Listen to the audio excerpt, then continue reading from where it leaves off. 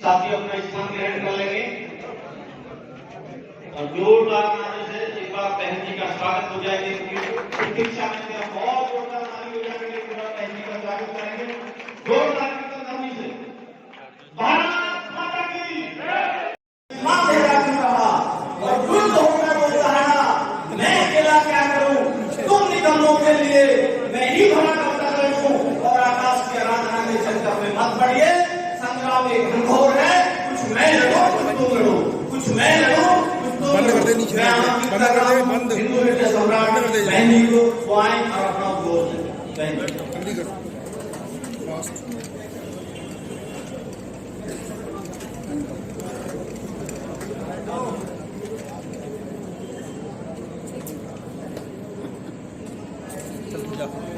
पीछे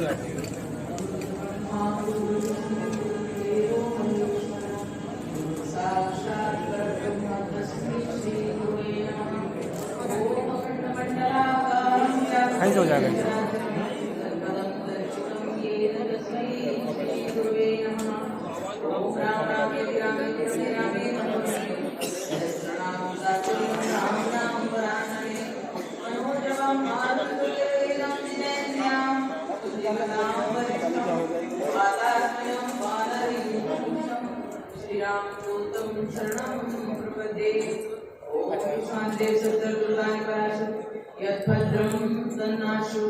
ओम शांति शांति शांति। भारत माता की जो वास्तव में सुनने का दम रखते हैं निश्चित रूप से वही लोग बैठे हैं। अभी तक इतनी प्रतीक्षा जो मुझे सुनने के लिए कर सकता है तो निश्चित रूप से व्यक्ति तपस्वी तो है, ओजस्वी तो है, क्योंकि ना तो मेरे शब्दों को कोई सहन कर पाता है और ना ही मुझे। इसलिए जो मुझे सुनने के लिए आतुर हैं निश्चित रूप से वो लोग अभी बैठे हैं। और मुझे लगता है कि सुभाष चंद्र बोस ने कहा था तुम मुझे, मैं तुम्हें खून दूंगा तुम मुझे आजादी, तुम मुझे खून दो मैं तुम्हें आजादी दूंगा। शब्दों में ज्यादा फेर नहीं, हम खून भी दे सकते हैं और आजादी दे भी सकते हैं। मैं सर्वप्रथम मंच पर उपस्थित हमारे संतजन, संत वृंद और अध्यक्ष श्री ब्रह्मगिरी जी महाराज, महंत मंगलदास जी महाराज, पंडित मनोज कृष्ण शास्त्री जी, पंडित रोहित शर्मा जी, विनायक पुरी जी और हमारे प्रिय बंधु और राजनेता, आपका नेतृत्व करने वाले हमारे प्रिय विधायक नंदकिशोर जी गुर्जर, रविंद्र चौधरी जी, चैनपाल प्रधान जी और फतेह सिंह नागर जी और आज के कार्यक्रम के आयोजक वेद नागर जी, जिनके आग्रह पर हमारे माननीय विधायक जी ने कई कार्यक्रमों की जिम्मेदारी दूसरों को सौंपकर जो यहाँ इतनी देर तक प्रतीक्षा करते हैं, वास्तव में उस वेद नागर के लिए ही मैं अपना ट्रीटमेंट छोड़ करके और कार्यक्रम में अभी पार्लियामेंट का समय चल रहा था। मैं वेद नागर जी के यहाँ जो अभी दुर्घटना घटी कि उनके 2 युवा भाई इस कोरोना काल में समा गए और इस दुर्घटना की मुझे जानकारी नहीं थी।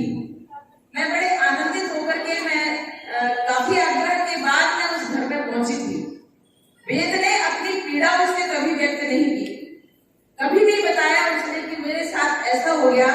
जब मैं कभी मिलती थी तो वो कहते थे, दीदी हम तो देश कार्य के लिए समर्पित हैं, मैं तो गौ माता के लिए समर्पित हूँ। वास्तव में ये वत्स गौवत्स है।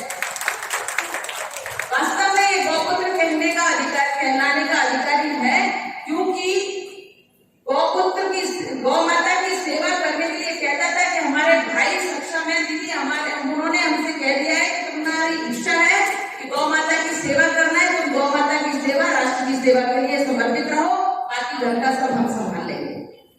ऐसे भाई होना भी मुश्किल होता है और ऐसे भाई का चला जाना निश्चित रूप से हमारे लिए बड़े ही दुख का विषय है, परंतु उस दुख को सहन करके और कार्यक्रम करना, गौ माता के लिए समर्पित रहना, समाज के लिए, हिंदू राष्ट्र के लिए, हिंदुत्व के लिए समर्पित रहना, ये बहुत ही हिम्मत की बात है। मैं उन पवित्र आत्मा जो वेद नागर जी के बड़े भाई दोनों, उनके चले जाने पर मैं उनको भावभीनी श्रद्धांजलि अर्पित करती हूँ। प्रभु उनकी आत्मा का कल्याण करें और इस कोरोना काल में जितने भी लोग इस क्षेत्र में, पूरे देश में जहां भी काल कलवित हुए हैं, उनकी आत्मा को शांति प्रदान करें प्रभु और कल्याण करें, ऐसी मैं प्रभु से प्रार्थना करती हूँ। भगवान हनुमान जी का मंदिर है, यही कहूं कि प्रभु अपनी शक्ति दे गौपुत्र को, वेद नागर को, और तत्परता से वो अपनी शक्ति के साथ हिंदू राष्ट्र के कार्य में, गौ माता के कार्य में सदैव लगे रहें और प्रभु उनको उत्तरोत्तर उन्नति दे, बहुत प्रगति दे, बहुत उच्च शिखर पे पहुंचाए, ऐसा मेरा आशीर्वाद है।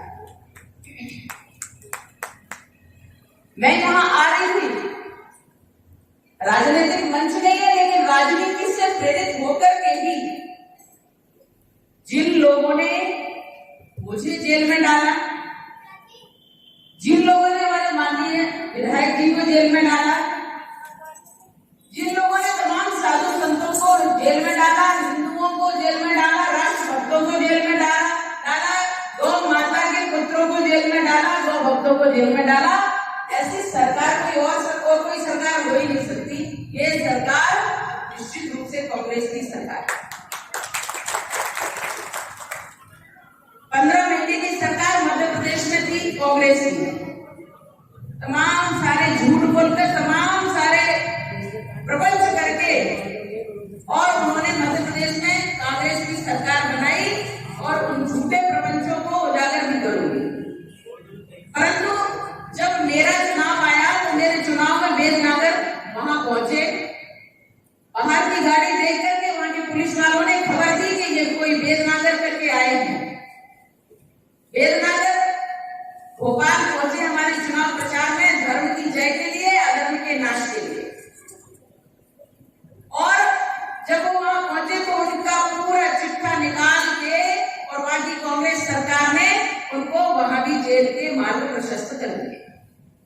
ये कांग्रेस का इतिहास बता रही है, ये कहीं और नहीं। धर्म की जय में और अधर्म के नाश में अधर्म बड़ा प्रबल होता है और उस प्रबलता में वो 15 महीने की सरकार जो मध्य प्रदेश में थी, वो 15 महीने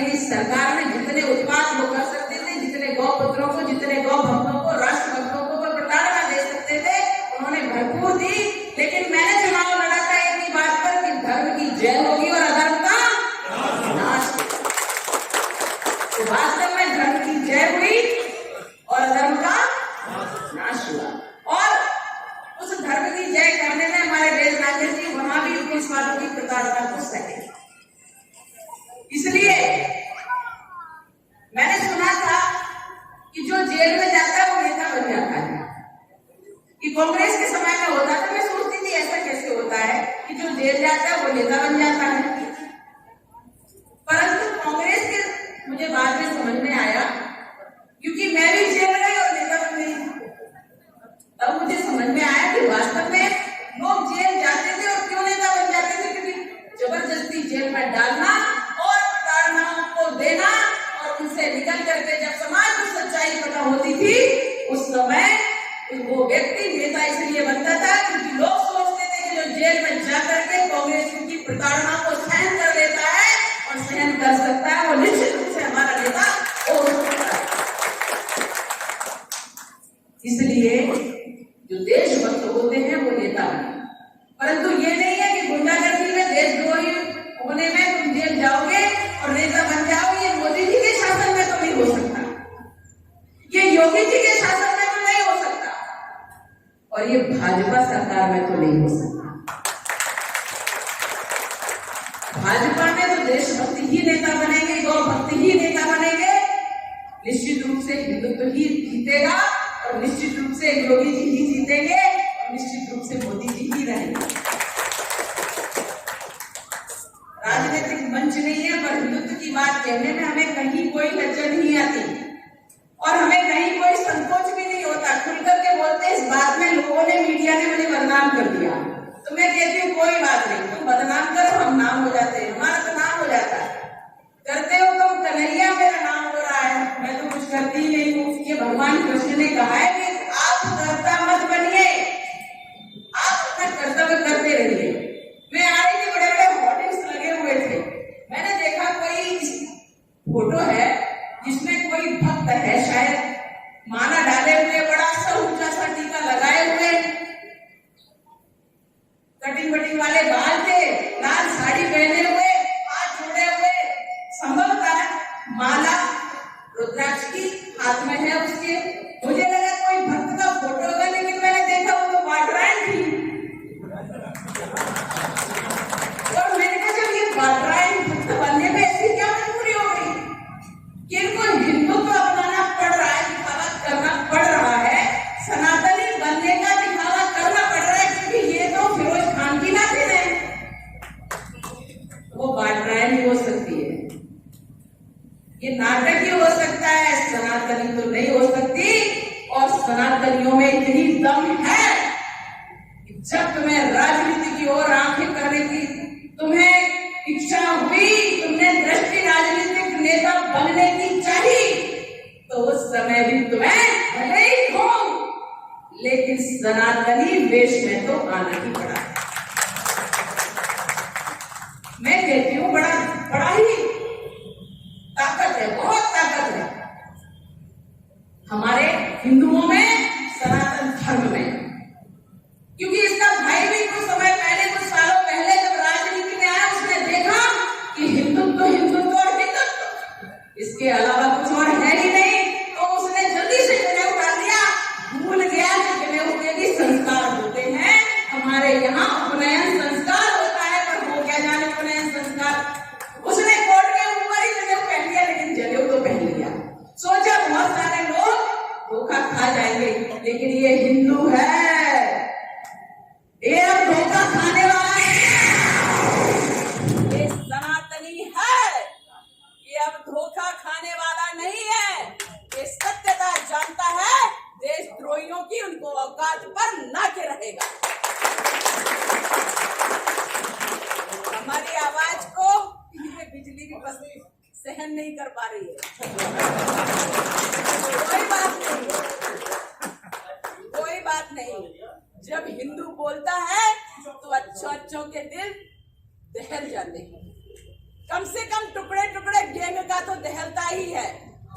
कम से कम 70 सालों से, 65 सालों से, 70 सालों से शासन करते आ रहे लोग, जिन्होंने एक सन्यासी को जेल में डाला, जिन्होंने एक राष्ट्रभक्त को जेल में डाला, जिन्होंने एक नारी शक्ति को जेल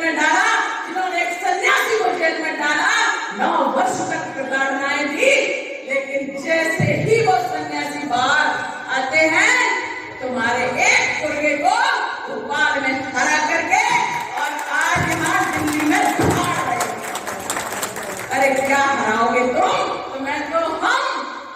तुम्हारी तो हमको पुनर्जन्म लेने की हमारी परंपरा है, हमारे संस्कारों में है, सनातन संस्कृति है। इसलिए तो हम मरकर भी आएंगे तेरी मैयत में, तुम्हें तो हम कब्र में भी महफूज ना रहने देंगे। जीना है तो औलाद बनकर, वरना यहाँ मरने भी न देंगे। ये धरा मेरी माँ है, इसे जमीन ना कहने देंगे। जय जय सैकड़ों वर्षों की गुलामी के बाद बहुत चाहा, बहुत खून बहा, लाखों साधु संतों का खून बहा, उनके गारे से एक ढांचा खड़ा किया गया था, विधर्मी ढांचा। उस विधर्मी ढांचे को तोड़ने का सौभाग्य हमें भी प्राप्त है। उस ढांचे पर चढ़कर के हमने तोड़ा और उस दिन बोले थे जय श्री राम। और उस दिन संकल्प लिया था, राम लला हम आएंगे, मंदिर वही बनाएंगे, मंदिर भव्य बनाएंगे, मंदिर वही बनाएंगे। और देखिए राष्ट्र भक्तों का, राम भक्तों का शासन आया। प्रधानमंत्री मोदी जी हमारे दिल्ली में देश के नेतृत्व पर आए और योगी जी एक सन्यासी का शासन उत्तर प्रदेश में आया, राम मंदिर का निर्माण हो गया। सैकड़ों वर्ष लग रहे थे। कांग्रेस स्वतंत्रता के पश्चात कांग्रेसी शासन ने जितना प्रयास हो सकता था उतना प्रयास दबाने का किया, लेकिन और भी विधर्मियों की गिनती आप करेंगे तो आप कर लीजिए। एक टेढ़ी नाक वाला कहता है, लाल टोपी लगा करके कहता है कि जो मुस्लिमों की लड़कियां हैं वही मेरी बेटियां हैं। अरे ये विधर्मी की परिभाषा मैंने नहीं सुन ली। मुझे मालूम था विधर्मियों के आपकी बहनों से विवाह कर लिया जाता है, लेकिन मैं सोचती थी कि शायद ये हिंदुओं की औलादें हैं, लेकिन वो हिंदुओं की औलादें नहीं है जिन्होंने कहा कि जो मुस्लिमों की बेटियां हैं वही मेरी बेटियां हैं, बाकी कौन है आपकी? ये हिंदू संस्कृति की संतानें नहीं हो सकती, वो सनातनी नहीं हो सकते जिन्होंने राम कोठारी, शरद कोठारी को सिर्फ और सिर्फ राम मंदिर के लिए गोलियों से भून के रखे। वो कभी भी सनातनी नहीं हो सकते, वो कभी भी हिंदू नहीं हो सकते।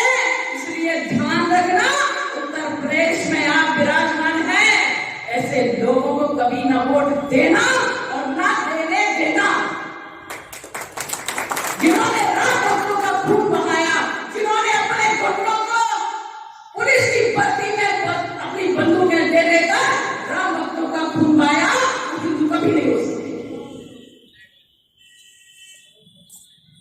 बोर्ड में देखते हुए आ रही थी वही वाटराइन, लिखा हुआ था लड़की हूं, लड़ सकती हूं। मैंने कहा लो, जब बोली तो लड़ने पे ही उतारूंगी। अरे जरा प्रेम के दो शब्द जय श्री राम बोलिए। बोल लेती तो शायद तुम्हारे पाप कट जाते। अंत में भी जब कोई भगवान प्रभु का नाम लेता है तो उसके पाप कट जाते हैं, लेकिन तुम्हारी तो राजनीति में शुरुआत है। तुमने तो अभी राजनीति में राका छोटा ही रापड़ा बनाना पड़ भी नहीं पाई हो। लड़कियां ही हैं। अरे तुम्हारा भाई अभी तक बच्चा है, पप्पू था, अभी भी है। तुम उपनी तो अभी तुम महिला होकर के लड़की बनी रहोगी तो राजनीति क्या संभालोगी? तुम्हें खुद ही को संभालोगी। अरे बात राजनीति ऐसे नहीं की जाती। ये हिंदुस्तान है, ये हिंदुओं का स्थान है, ये प्रभु राम जी की जन्मस्थली है। यहाँ जय श्री राम तो बोलना पड़ेगा। तुमने अगर वेश धारण कर लिया है, माला पहन ली और बड़ा सा टीका लगा लिया, जिस दिन हमारे मोदी जी ने गंगा जी में डुबकी लगाई थी भव्य काशी, दिव्य काशी के लिए, उस दिन उसके शायद एक दो दिन बाद ही वाटराइन में भी डुबकी लगाई।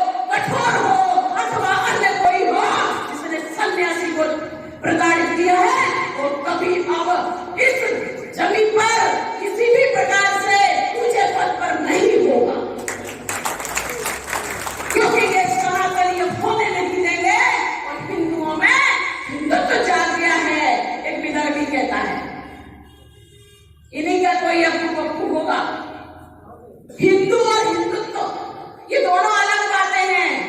अरे तुम जिस खान परिवार में पैदा हुए, गांधी बन गए हो, तो ये तुम्हारे गांधी और खान में अंतर होगा। और इस कांग्रेस ने और फिर भ्रमित कर रही है हिंदू बन करके ये कांग्रेस। तो भ्रमित मत होना। अगर भ्रमित हो गए तो ये भारत को इंडिया बना देंगे। हमें भारत ही रहना है, भारत ही रहेंगे, हम इसको इंडिया नहीं बनने देंगे। ये सनातनी धरती है, ये सनातनी संस्कृति है, ये भारत है। नाश करना हमें और कोई स्वीकार नहीं। हमारी विचारधारा राष्ट्रीय विचारधारा होना चाहिए। हमारी विचारधारा सनातनी संस्कृति से जुड़ी होनी चाहिए। हमारी विचारधारा अखंड भारत की होनी चाहिए। हमारी विचारधारा हिंदुत्व की होनी चाहिए। हमारी विचारधारा नारी शक्ति के सम्मान की होना चाहिए। हमारी विचारधारा सत्य की होना चाहिए। हमारी विचारधारा धर्म की होना चाहिए। स्वीकार वही है, इसलिए बोलेंगे सनातन धर्म की जय, भारत माता की जय, गंगा माता की जय, धरती माता की जय, गौ माता की जय, हिंदू राष्ट्र की जय, अखंड भारत की जय, माता महाराज की जय, भारत माता की जय, पार्वती पते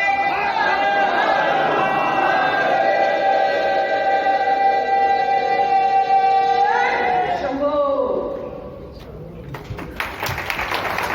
आपका अधिकार नहीं है तो भैया वो टोपी चोरा के ले लिया। मैंने कहा था जब की बात है, वो आज कह रहे हैं कि आप हमें वोट दीजिए, हम आपके साथ हैं। मोदी जी ये करते हैं, योगी जी वो करते हैं, ये भ्रष्टाचार करते हैं, अनाचार करते हैं, ये करते हैं। इन्होंने पैसा दिव्य काशी भव्य काशी में लगा दिया, इन्होंने अयोध्या में लगा दिया। तो भैया अयोध्या में लगाया है, प्रभु राम जी का भव्य मंदिर बन रहा है, दिव्य काशी भव्य काशी बन रही है। क्योंकि जितने भी उत्पात और जितने भी पाप कर्म हमारे आक्रांताओं ने, जो हमारे देश के आक्रांता थे, उन्होंने किए, उनसे उनका पुनरुद्धार, स्थान का पुनरुद्धार करना देशभक्तों का, राम भक्तों का, शिव भक्तों का, कृष्ण भक्तों का काम है।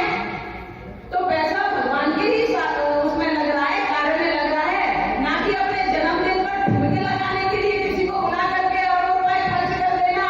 ऐसा तो नहीं हो रहा है ना।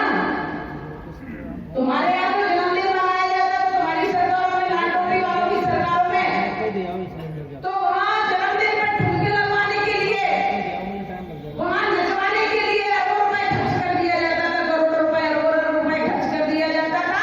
एक एक व्यक्ति को हेलीकॉप्टर से और प्लेन से लेकर के आया जाया जाता था वो ठुमके दिखाने के लिए। तो भैया जिसके जैसे संस्कार उसके वैसे कार्य। यहाँ तो राष्ट्र भक्तों की, राम भक्तों की, शिव भक्तों की, कृष्ण भक्तों की, भक्तों की सरकार है। तो भक्तों की सरकार देवकार में ही पैसा राष्ट्र का लगा रही है और देवकार में देवों का पैसा लगा रही है। मेरा कहना है कि अब देवों का पैसा हिंदुओं के कार्य में लगेगा, क्योंकि हिंदुओं की, सनातनियों की श्रद्धा का दान हमारे देवालयों में जाता है। हम जब जाते हैं, प्रभु का प्रसाद पाते हैं, तो उसके पहले भव्य मंदिर का निर्माण होने लगता है, काशी दिव्य काशी भव्य काशी बन जाती है। तो उस समय यही सब निकलते हैं कि मेरी लड़की भी राम राम चिल्लाने लगते हैं। मैंने कुछ नहीं कहा, कुछ नारा मैंने एक बार सुना था जब हम अयोध्या गए थे कि जब कटुआ काटे जाएंगे तो राम राम चिल्लाएंगे। ये मैंने नहीं कहा, ये जो हमने नारे सुने उस समय के, तो भैया ये सच्चाई है। हमारे यहाँ काटे नहीं जाते, हमारे यहाँ तो समझाया जाता है, हमारे यहाँ तो बताया जाता है कि तुम इसी में सुखी हो, सुखी रह लो, और अगर चाहो तो घर में वापस आ जाओ। क्यों बाहर रह रहे हो? विधवी बन के ज्यादा दिन नहीं रहा जा सकता। ये देशभक्तों की सरकार है, ये योगी जी की सरकार है। योगी जी को मारने का जो प्रयत्न किया धर्मियों ने, तो वास्तव में योगी जी को मुख्यमंत्री बन करके देखा और दिखाया। प्रभु ने, प्रभु की कृपा हुई, योगी जी हमारे मुख्यमंत्री बने, उन्होंने दिखा दिया कि दुष्टों के साथ षडे शाठ्यम समाचरे, षड के साथ वैसा व्यवहार करके दे दीजिए, हमें कुछ और करने की आवश्यकता ही नहीं पड़ेगी। मैंने एक दिन देखा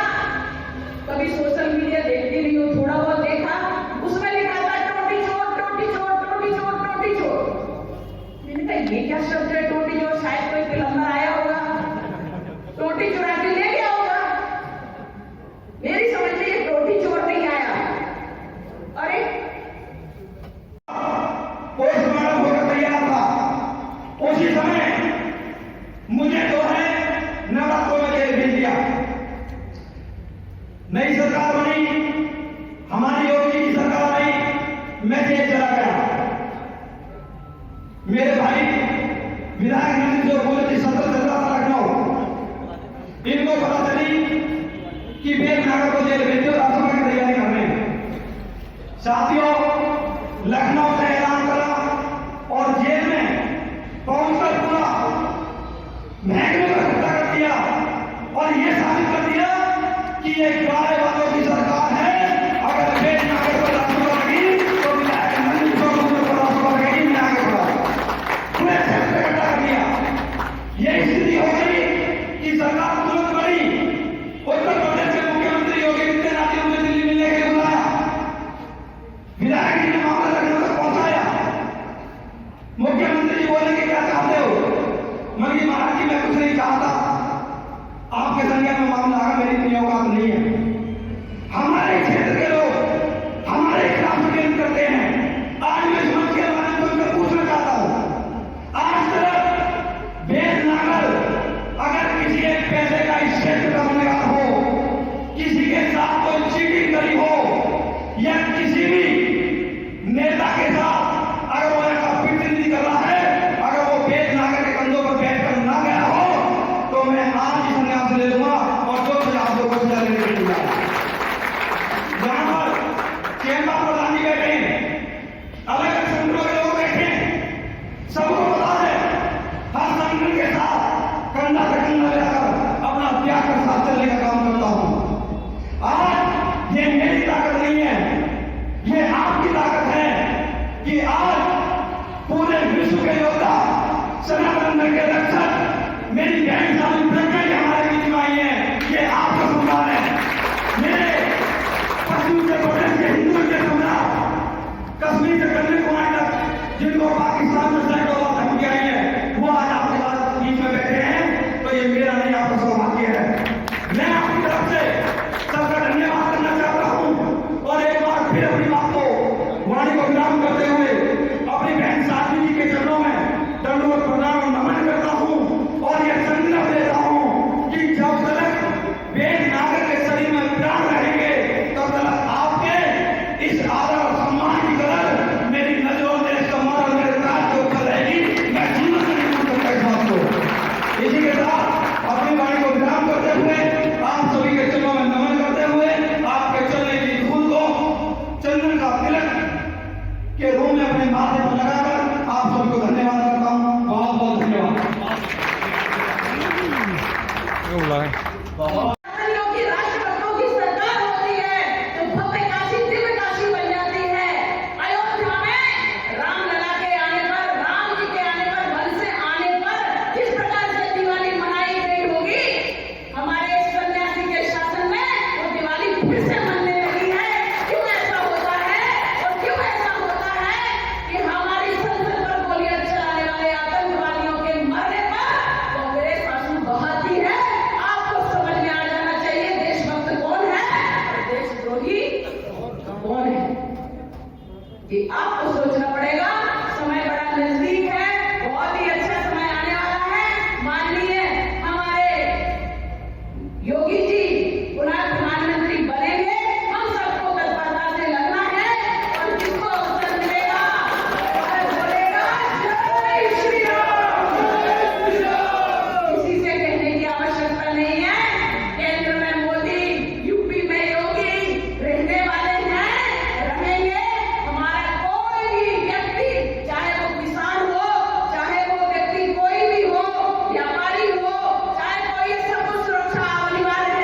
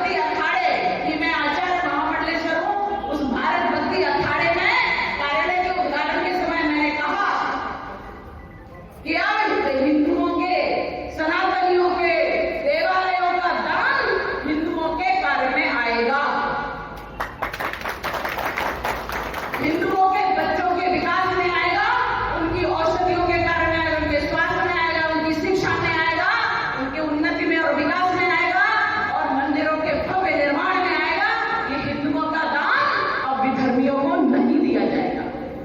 इसके लिए भारत भक्ति अखाड़ा सदैव खड़ा है।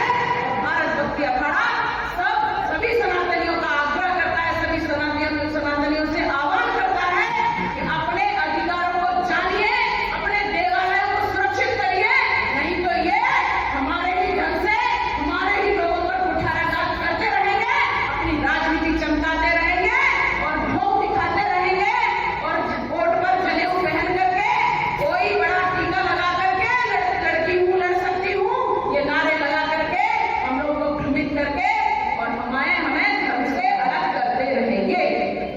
इसलिए जागरण का कार्य मेरा कार्य है।